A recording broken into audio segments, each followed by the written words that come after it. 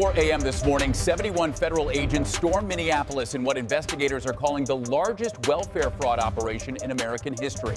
4:17 a.m. Minneapolis, Minnesota.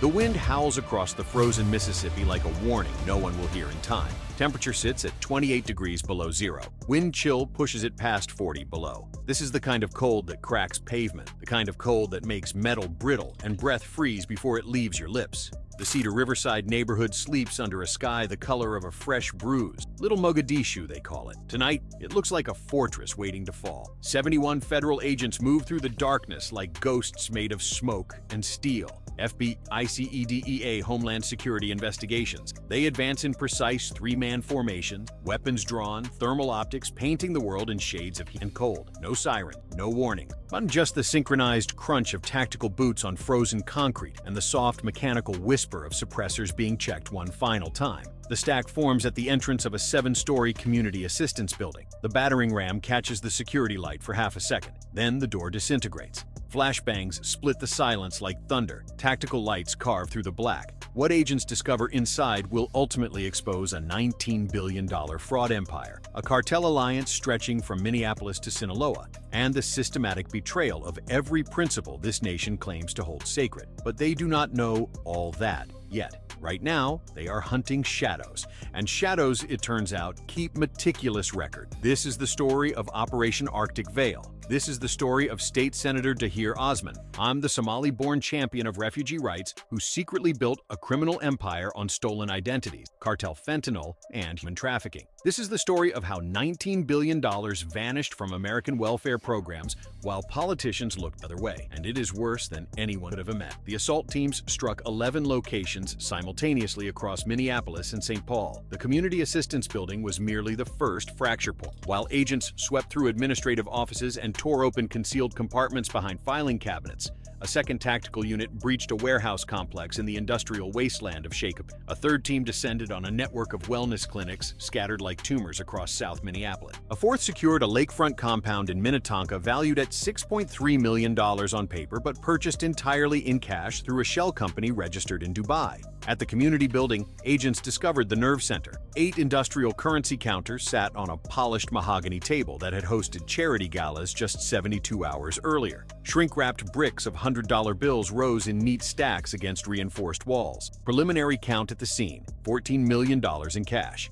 But the money was not the revelation. Mounted on the wall behind a false panel was something that made veteran agents pause, a massive organizational diagram. 37 different nonprofit organizations, each connected by color-coded lines to a central offshore account. Today, the account was registered to a corporation called Horizon Global Humanitarian Partner. The corporation's registered address was a mailbox in Nairobi. Its sole authorized signatory was State Senator Tahir Osman. At the Shakopee warehouse, the DEA tactical unit breached the loading dock and immediately recognized the smell. Chemical, acrid, familiar, eyes burning, throats seizing. This was not a food distribution facility. This was a fentanyl processing operation hiding behind humanitarian packaging. Inside burlap sacks stenciled with rice, Minnesota Refugee Assistance Program, agents discovered vacuum-sealed bricks of synthetic death. Some bore the scorpion stamp of the Sinaloa Cartel. Others carried markings consistent with CJNG operations based in Jalisco. Preliminary count, 923 pounds of fentanyl. On street value, approximately $440 million. But the darkest discovery waited in the basement. Behind a reinforced steel door accessible only through biometric scanners,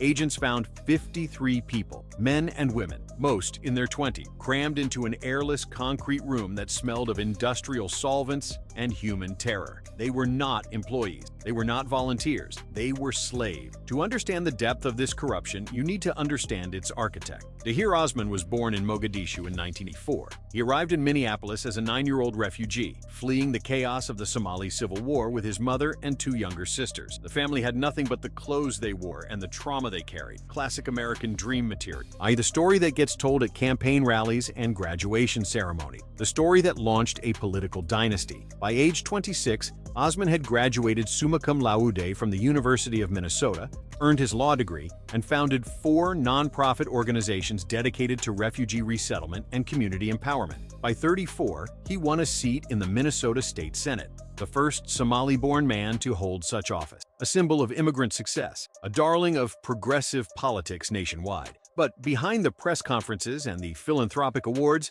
something else was growing, something patient, something hungry. What federal investigators would later designate Operation Arctic Veil began not as a criminal investigation, but as a routine bureaucratic audit. In early 2023, a junior data analyst at the Minnesota Department of Human Services noticed an anomaly. Medicaid billing claims from 19 different clinics across South Minneapolis had increased by 370% in 14 months. The clinics specialized in mental health services for refugee populations. They billed for identical services at identical rates on identical schedules, and they all shared the same fiscal sponsor, the Osmond Foundation for Community Progress. The analyst flagged the irregularity. Her supervisor buried the report. 8 months later, a different analyst noticed the same pattern. She escalated to the Inspector General's office.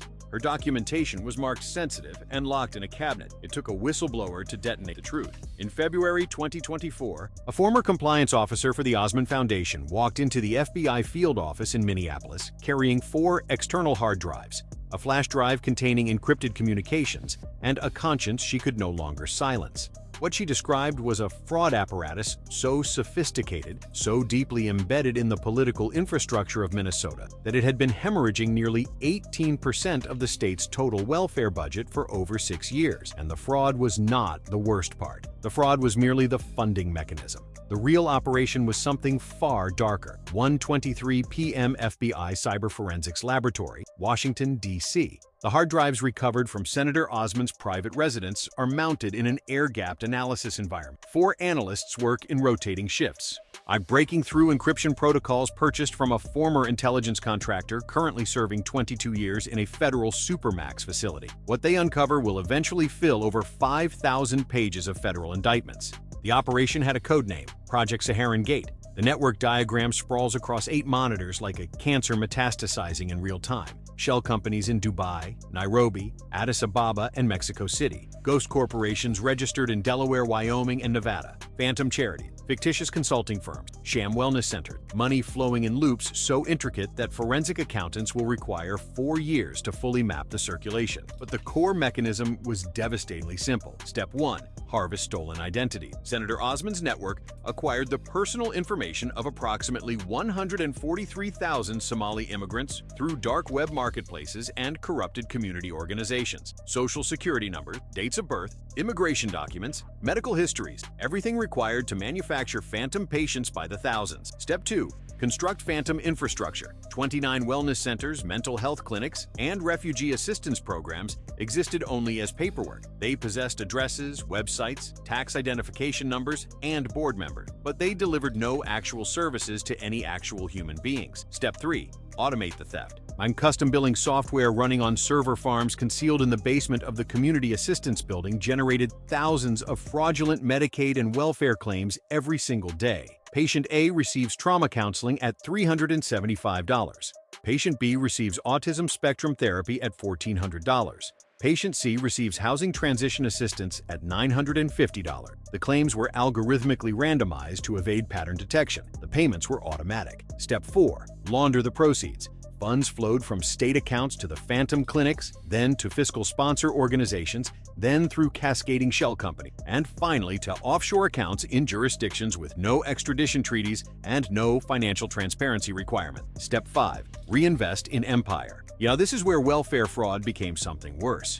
According to the encrypted files recovered from Senator Osmond's personal vault, approximately 55% of the stolen funds were channeled into 3 primary enterprises. The first was political capture, campaign contributions, consulting fees to state regulators, payments to journalists who would discredit anyone questioning the foundation's operations. The second was real estate acquisition, properties across Minnesota, Wisconsin, Iowa, and Nebraska purchased through front companies and used for purposes investigators are still cataloging. The third was narcotics. State Senator Tahir Osmond, the symbol of immigrant achievement, the champion of refugee rights, the man who spoke at United Nations conferences about humanitarian compassion, Maurer had become a major financial partner partner in the Sinaloa Cartel's fentanyl distribution network. The partnership between Minneapolis and Sinaloa seems impossible until you understand the logistics of poison. The Sinaloa Cartel faced a distribution bottleneck. They could manufacture fentanyl in unlimited quantities at facilities throughout Mexico, but moving product into the American heartland had grown increasingly difficult. Border security intensified. Traditional smuggling corridors through Texas and Arizona faced constant surveillance. The cartel needed new routes, new cover,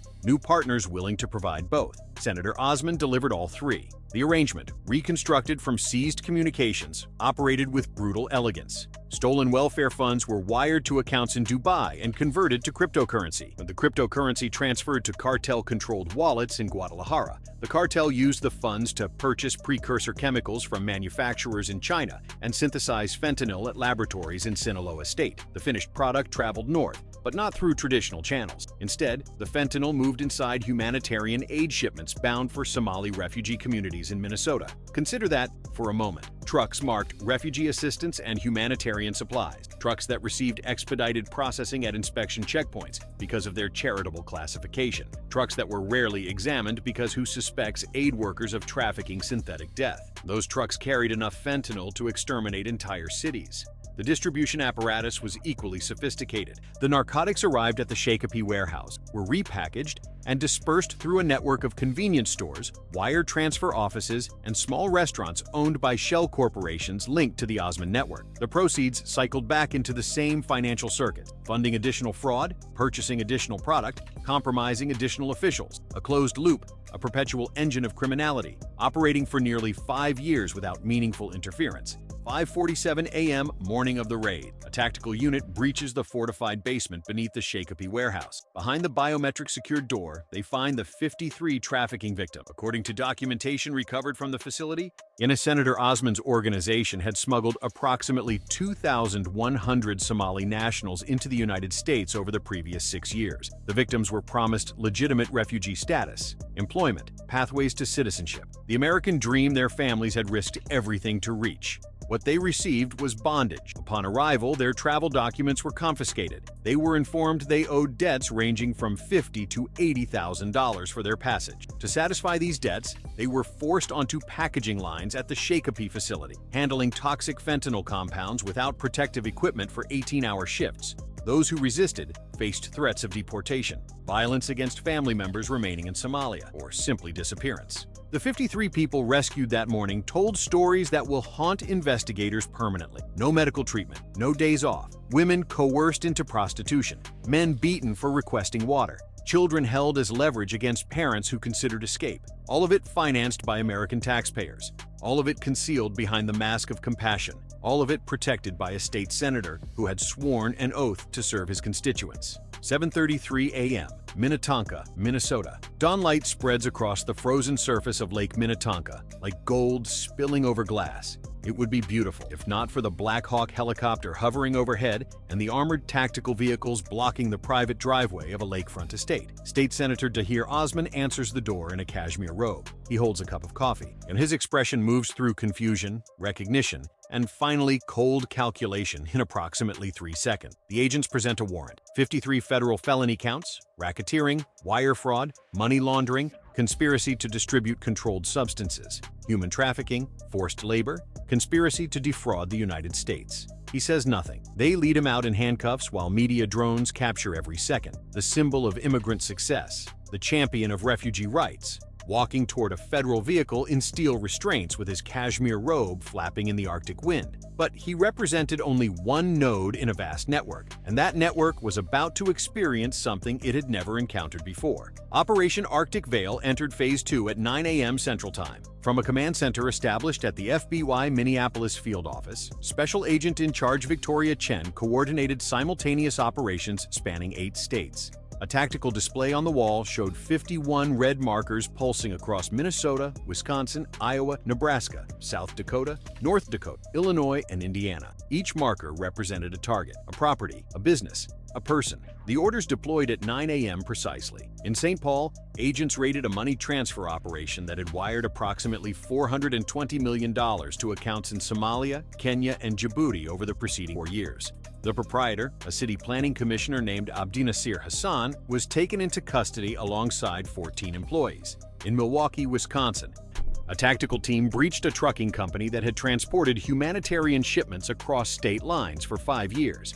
Hidden compartments in 19 trucks revealed approximately 230 pounds of fentanyl, 65 pounds of methamphetamine, and 2.1 million counterfeit fentanyl pills stamped to resemble prescription oxycodone. In Omaha, Nebraska, agents arrested a nonprofit executive who had been billing federal programs for refugee services that existed only in accounting software. The fraud totaled approximately $63 million over 7 years. In Chicago, a distribution warehouse linked to the network yielded $1.2 million in cash, 410 pounds of cocaine, and encrypted communication equipment directly connected to Sinaloa Cartel logistics operations. By early afternoon, 143 individuals had been taken into custody across 8 states. Seized assets included $378 million in cash and property, 22 vehicles, 8 watercraft, 4 aircraft, approximately 1,500 pounds of narcotics, and financial documentation sufficient to occupy forensic accountants for years. The criminal underworld absorbed more damage in 6 hours than it had sustained in the preceding 6 years. But the investigation was only beginning, because the deeper agents excavated,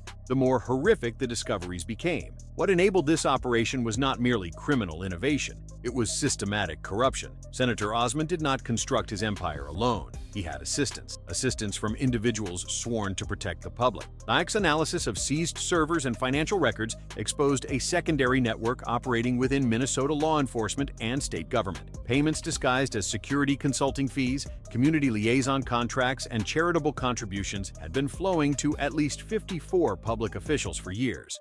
14 Minneapolis police officers had received regular compensation averaging $9,000 monthly. In exchange, they provided advance intelligence regarding any investigations targeting Osmond-affiliated enterprises and ensured patrol patterns avoided critical locations during narcotics shipment. 9 state welfare auditors had been receiving quarterly payments from shell corporations connected to the Osmond Foundation. Their function was to approve fraudulent claims and bury any anomalies that surfaced. Now, 4 county judges had received substantial campaign funding from Osmond-linked donors. Court records revealed a consistent pattern. Cases involving network members were dismissed, indefinitely delayed, or resolved with minimal consequences. 3 state legislators had been compensated through fabricated consulting arrangements. Their assignment was to obstruct any legislation that would enhance oversight of refugee assistance programs or welfare fraud detection. And presiding over this corruption architecture sat a name that stunned even veteran investigators: Lieutenant Governor Marcus Brennan. According to encrypted communications recovered from Senator Osmond's personal devices, Lieutenant Governor Brennan had been receiving monthly payments of approximately $65,000 for nearly 4 years. Now, his role was straightforward: ensure no state-level investigations ever gained momentum, and if federal scrutiny approached, provide advance warning through his law enforcement contacts. Brennan was arrested at his residence in Edina at 11:52 a.m. He was wearing a bathrobe and holding a golf club he had been cleaning. He requested to contact his attorney. He was informed he could make calls from the federal detention facility. 4:30 p.m., Minneapolis, FBI field office. Special Agent Chen stands before a wall of monitors displaying the operational scope. The statistics are overwhelming, but she understands they represent only partial truth. $19 billion in welfare fraud over 7 years. That number will dominate headlines. That number will generate political outrage and policy debate. But Agent Chen knows the authentic cost cannot be quantified financially. The fentanyl distributed through this network has claimed an estimated 4,800 American lives. Overdose fatalities spiked dramatically in Minnesota, Wisconsin, Iowa, and Nebraska during the precise period the distribution apparatus operated. Young people predominantly, teenagers who believed they were purchasing prescription painkillers and instead received counterfeit tablets saturated with lethal concentrations of synthetic opioid. The human trafficking operation destroyed approximately 2,100 lives. People who traveled to America pursuing freedom and discovered enslavement instead. Families shattered, children traumatized, dreams crushed beneath criminal exploitation. The corruption corroded public confidence in institutions designed to protect the vulnerable. Every legitimate refugee assistance program now operates under suspicion. Every honest social worker faces intensified scrutiny. Every genuine asylum seeker confronts a system now hardened by betrayal. This is not corruption. This is engineered treason against the very people the system was designed to serve. The investigation revealed how deeply the rot penetrated. Analysis of patrol records, border checkpoint logs, and internal communications exposed a shadow enforcement system operating parallel to legitimate law enforcement. The 14 compromised Minneapolis officers had created what investigators termed relaxation corridor, specific routes through the city where narcotics shipments could travel without risk of interdiction. Patrol schedules were deliberately structured to create windows of opportunity. Officers who noticed irregularities were transferred to distant precincts or subjected to fabricated disciplinary actions. The 9 corrupted welfare auditors had developed algorithmic approval system. Fraudulent claims meeting certain parameters were automatically greenlit without human review. Legitimate claims from actual refugees were often delayed or denied, creating desperate populations more vulnerable to exploitation by the very network stealing their benefits. The 4 compromised judges had established what prosecutors termed the dismissal factory. Cases against Osmond network members were systematically undermined through procedural technicalities, evidence suppression, and witness intimidation facilitated by the corrupted officers. Honest law enforcement personnel who attempted to investigate were systematically neutralized. One Minneapolis detective who began documenting irregularities in 2022 found herself transferred to records management. A St. Paul sergeant who questioned patrol schedule changes was subjected to an internal affairs investigation based on fabricated complaints. A federal liaison officer who raised concerns was quietly reassigned to a desk position in Alaska. The message was clear: the network protected itself, and anyone who threatened it faced consequences. Federal agents are now arresting these compromised officials one by one. Sergeants, deputy chiefs, planners, auditors, judges, the people who were supposed to protect the public but instead sold their badges to a criminal enterprise. What investigators discovered was not merely corruption, it was a second police force. A parallel enforcement system answering not to the public but to Senator Osmond and his cartel partner. The badge will be rebuilt from the ground up. It has to be. The network extended far beyond Minnesota. Tracing the distribution corridors revealed infrastructure spanning the American heartland. Trucking companies operating under humanitarian cover transported narcotics along interstate routes connecting Minneapolis to Chicago, Milwaukee, Omaha, Des Moines, Sioux Falls, and Fargo. The trucks carried legitimate charitable supplies alongside concealed compartments containing fentanyl, methamphetamine, and cocaine. Way stations along critical routes experienced suspicious maintenance closures during periods when network convoys passed. My state highway patrol officers in 3 states received payments to ignore certain vehicles. Agricultural routes through rural Minnesota, Iowa, and Nebraska provided additional cover. Trucks marked as farm equipment transport or livestock supply carried narcotics through regions with minimal law enforcement present. Port facilities in Duluth, Minnesota received humanitarian shipping containers that cleared customs with expedited processing. The containers held legitimate aid supplies in front sections and narcotics concealed behind false walls. Investigators estimate the network moved approximately 400 pounds of fentanyl weekly at peak operation, enough to kill millions, moved without triggering a single alert, because the entire system had been redesigned to accommodate cartel logistics. The final discovery came from encrypted files found on a server concealed in the basement of Senator Osmond's Minnetonka estate, a strategic document outlining a 5-year expansion plan. The plan called for establishing Minnesota as the permanent northern hub for Sinaloa cartel distribution operations, new processing facilities in Wisconsin and Iowa, additional corruption networks in state governments across the upper Midwest, expanded trafficking pipelines to bring additional laborers from East Africa. The document's title translated from Somali as the permanent gateway. This was not infiltration. This was colonization. The network had been redesigning the American heartland as a cartel homeland, and they had nearly succeeded. So what does this story tell us? It tells us that corruption does not always announce itself with violence and chaos. Sometimes it arrives wearing compassion. Sometimes it speaks the language of helping the vulnerable. Sometimes it wraps itself in causes so righteous that questioning them feels like bigotry. It tells us that systems designed to help can be weaponized to harm, that billions of dollars flowing through bureaucratic channels create opportunities for those willing to exploit them. That oversight is not oppression. Oversight is protection. It tells us that the people who suffer most from this corruption are the very communities the criminals claim to serve, the legitimate refugees whose reputations are now tarnished, the honest social workers whose programs face defunding, the vulnerable populations who lose access to genuine services because criminals stole the resources meant for them. And it tells us that silence carries a price. For years, individuals who questioned the rapid expansion of refugee assistance programs were dismissed as xenophobes. People who identified billing irregularities were accused of targeting vulnerable communities. People who asked fundamental questions about financial accountability were labeled as hateful. That silence cost $19 billion. It cost 4,800 lives lost to fentanyl. It cost 2,100 people their freedom. It cost an entire community its reputation. Power does not always require violence. Sometimes it only requires silence and the fear of being called names. The sun descends over Minneapolis, but temperature drops below zero once more. The Cedar Riverside neighborhood is quiet again, but a different quality of quiet. The quiet of a community processing betrayal. The quiet of investigators still cataloging crimes. The quiet of a system beginning the painful reconstruction of trust. In the federal detention facility downtown, State Senator Dahir Osman sits in a cell awaiting arraignment. The cashmere robe has been replaced by an orange jumpsuit. The coffee is cold and bitter. In homes across Minnesota, families of overdose victims are learning that the drugs that killed their children arrived through networks funded by their own tax dollars and protected by their own elected officials. In the Shakopee warehouse, forensic teams continue processing evidence.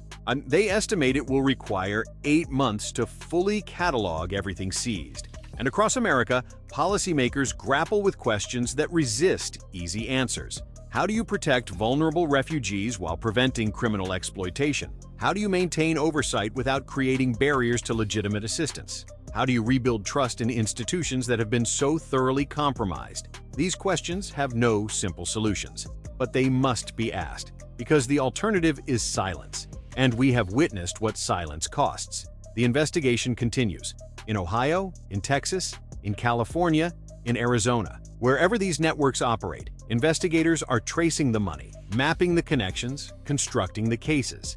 If you are still watching, tap like so more people encounter this story. And comment with the word expose if you want this corruption dragged into the light where it belongs. Justice moves slowly. Justice moves imperfectly, but justice is coming. This is not the end of the story. This is just the beginning.